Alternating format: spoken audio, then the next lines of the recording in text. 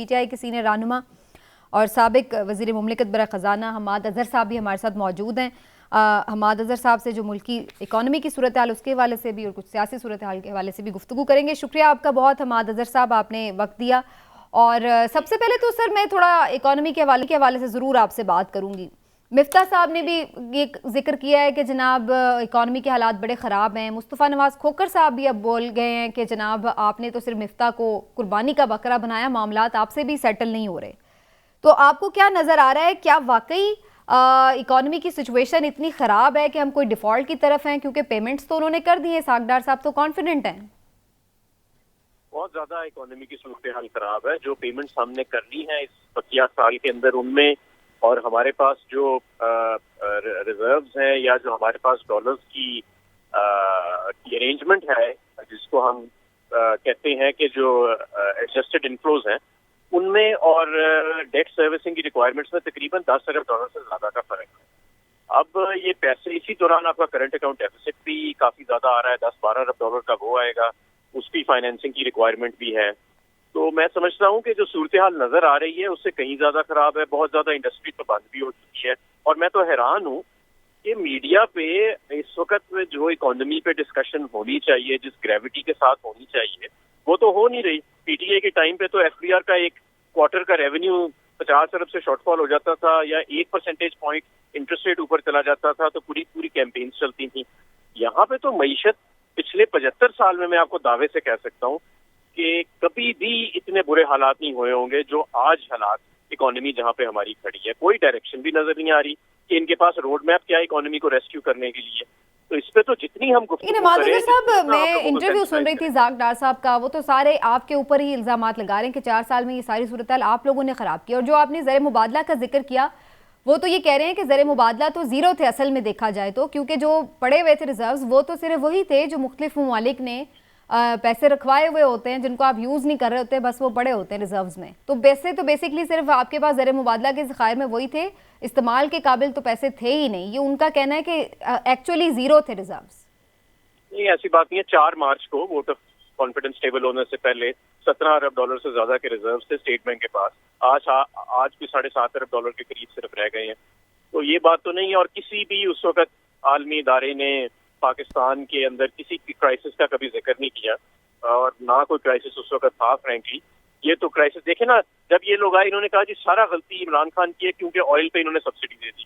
چلیں جی آئل پہ سبسڈی ختم کر دی. پھر انہوں نے کہا جی یہ سارا پرابلم ہے کہ ہم آئی ایم ایف کے پاس نہیں جا رہے, آئی ایم ایف کی شرائط ماننی پڑیں گی, بجلی گیس وغیرہ مہنگی کرتے ہیں پھر ٹھیک ہو جائے گا. یہ آئی ایم ایف کے پاس چلے گئے, پھر ٹھیک نہیں ہوا. پھر انہوں نے کہا کہ جی یہ سارا پرابلم اصل میں تھا مفتاح اسماعیل صاحب کا, کیونکہ ان سے صحیح مینیج نہیں ہو رہا تھا. تو اب اسحاق ڈار صاحب آ گئے, پھر اب اسحاق ڈار صاحب سے بھی نہیں مینیج ہو رہا. تو یہ تو ہر وقت کوئی نیا بہانہ تلاش کر رہے ہیں. حقیقت یہ ہے کہ یہ ایک رڈرلیس گورنمنٹ ہے. اور میں جس طرح کی ان کی گفتگو سنتا ہوں, پہلے مفتاح صاحب کی سنتے تھے ہم بچگانہ گفتگو, اب اسحاق ڈار صاحب کی جو ہم گفتگو سنتے ہیں کہ جی آئی ایم ایف کی ضرورت نہیں ہے, اور میں یہ کر دوں گا, میں 190 پہ ڈالر لے جاؤں گا. 240 کا مارکیٹ میں ڈالر مل نہیں رہا, 190 پہ لے جانے کی باتیں کر رہے تھے یہ. اور پہلے کبھی کہتے تھے قطر سے پیسے آ رہے ہیں, پتہ نہیں وہ قطر والے پیسے کدھر چلے گئے ہیں. تو میں نہیں سمجھتا کہ ان کا کوئی نیگوشیٹ کر رہا. لیکن حماد اظہر صاحب یہ فرمائیے گا کہ ایسے لگ رہا ہے کہ جیسے آئی ایم ایف پاکستان پہ اعتبار نہیں کر رہا یا اعتماد نہیں کر رہا, حالانکہ ڈار صاحب کا آپ نے خود بھی ذکر کیا کہ وہ کیا کہہ رہے ہیں. تو آپ کیونکہ خود بھی آئی ایم ایف سے ڈیل کرتے رہے ہیں, تو کیا سمجھتے ہیں ڈیفیسٹ ہے کہاں پہ؟ دیکھیں, ایک تو ڈار صاحب جو ہے میں نہیں سمجھتا کہ وہ ایک ایسی کریڈیبل فگر ہیں, کیونکہ آئی ایم ایف ان سے پہلے بھی ڈیل کرتا رہا ہے. ان کے معاملات ذرا فگرز کے اوپر نیچے رہے ہیں ڈار صاحب کے زمانے میں, کہ ڈار صاحب کا تو بہت زیادہ گڈ ول نہیں ہے وہاں پہ. دوسرا, ڈار صاحب کی جو پالیسیز ہیں جنہیں ڈار نامکس کہتے ہیں ہم, وہ تو ایک مزاحیہ قسم کی پالیسیز ہیں کہ ایکسچینج ریٹ کو آرٹیفیشلی ہولڈ کرنا ہے, ایکسپورٹس کو تباہ کر کے امپورٹس کا سیلاب لے کے آنا ہے, اور کوئی اپنی ان کی منطق ہوتی ہے جس کا دنیا کے کسی اکانومسٹ سے کوئی تعلق نہیں ہوتا, نہ اس کی تھنکنگ سے کوئی تعلق ہوتا ہے.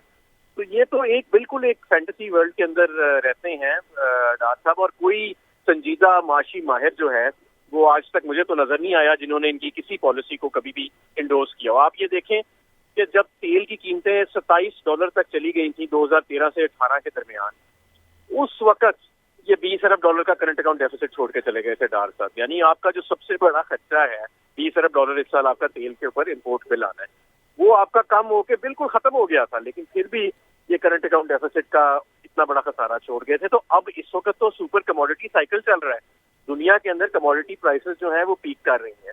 تو اس وقت ایسے شخص کے حوالے معیشت کر دینا اور پھر سوچنا کہ شاید کوئی معجزاتی طور کے اوپر پاکستان جو ہے اس کی معیشت ٹھیک ہو جائے گی. میں آپ کو ایک اور بات تو ہم نے بھی بڑے ایکسپیکٹ کیے تھے جب پہلے پی ٹی آئی بھی آئی تھی. خان صاحب کہتے تھے ان کے پاس بڑی ٹیم ہے کوئی اور انہوں نے بڑی تیاری کر رکھی ہے، لیکن جب وہ آئے تو اکانومی کے اوپر بہت پالیسیز کے اوپر تنقید بھی ہوتی رہی اور بہت بعد میں جا کے کچھ چیزیں. لیکن اب کی بار کیا تیاری ہے حماد اظہر صاحب؟ آپ کو کیا سب سے پہلے تو میں آپ کو یہ اس کا جواب دیتا ہوں کہ جب ہم آئے تھے تو 2018 کا جو اکنامک کرائسس ہے اس وقت بھی ڈیفالٹ کے قریب تھا. سب سے پہلے ہم نے اکانومی کو وہاں سے نکالا، ڈیفالٹ سے بچایا اور واپس گروتھ پہ لے کے آئے اسٹیبلائزیشن کرنے کے بعد. اس کے بعد کووڈ کے دوران ایک اور معاشی بحران کا ہمیں سامنا کرنا پڑا. ہم بہترین طریقے سے اس معاشی بحران سے بھی نکلے اور 6% گروتھ کے اوپر ملک کو لے کے آئے اور ہمارے فارن ایکسچینج ریزروز ہر مہینے گرو کر رہے تھے.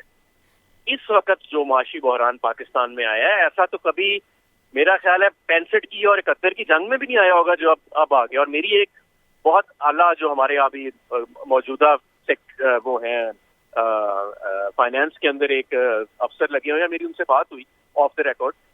میں نے ان سے پوچھا آپ کا پلان کیا ہے؟ انہوں نے کہا جی پلان ایک تو اللہ میاں ہے، دوسرا پلان یہ ہے کہ بس ہم یہ لوگ تو یہ ریلائی کر رہے ہیں کہ واشنگٹن اور آئی ایم ایف اور بیجنگ یہ پاکستان کو ڈیفالٹ نہیں کرنے دیں گے کیونکہ پاکستان میں کیوس اور anarchy is too troublesome for the world. تو میں نے کہا یہ تو کوئی معاشی پلان نہیں ہے نا. دیکھیں نا ڈے ٹو ڈے بیسس پہ آپ یہ لوگ چل رہے ہیں. لیکن آپ کے پاس ہے اب خان صاحب، یہ ہم خان صاحب کی جو اکنامک ٹیم ہے پوری، آپ لوگ بیٹھ کے اگر کل کو الیکشن ہو جاتے ہیں دوبارہ گورنمنٹ میں آتی ہے پی ٹی آئی، تو آپ لوگوں کے پاس اب اتنا زیادہ جس کو آپ خود کہہ رہے ہیں کہ بالکل ڈیفالٹ کے قریب ہے اور پہلے سے بھی زیادہ کرائسس ہے، تو اس سے نکالنے کے لیے پلان ہے یا پھر دوبارہ سے نئے سرے سے کام کا آغاز ہوگا؟ بالکل پلان ہے. تو دیکھیں سب سے پہلی بات تو یہ ہے کہ مارکیٹس کے اندر کانفیڈنس جو ہے اس کا فقدان، یہ جو ایکسپیکٹیشنز ہوتی ہیں نا یہ بڑی امپورٹنٹ ہوتی ہیں مارکیٹس کو شیپ کرنے کے اندر. مارکیٹس کے اندر یہ ایکسپیکٹیشن ڈیولپ ہو چکی ہے کہ جو موجودہ حکومت ہے یہ معاشی طور پہ کنٹرول سے، ان کے معاشی کنٹرول جو ہے ان سے باہر ہو چکا ہے.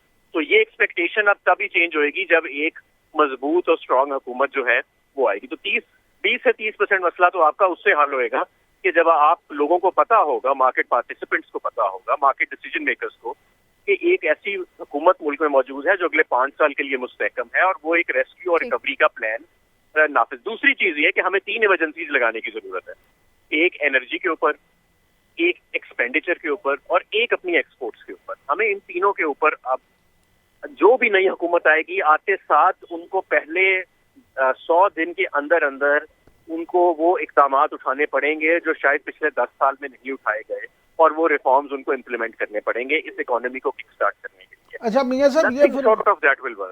میاں صاحب یہ فرمائیے گا کہ ابھی آپ نے خود کہا کہ آپ کو ڈار صاحب کی پالیسیز جو ہیں ان پہ تو ہنسی آتی ہے، وہ پتہ نہیں کیا ہے. تو آپ نے جو مفتاح اسماعیل صاحب کا تھوڑا سا دور دیکھا تو آپ کیا سمجھتے ہیں کہ وہ ڈار صاحب سے کچھ بہتر تھے؟ دونوں میں سے بہتر کون ہے آپ کے خیال میں؟ نہیں، میں آپ کو مفتاح صاحب کے دور کا بھی بتا دیتا ہوں.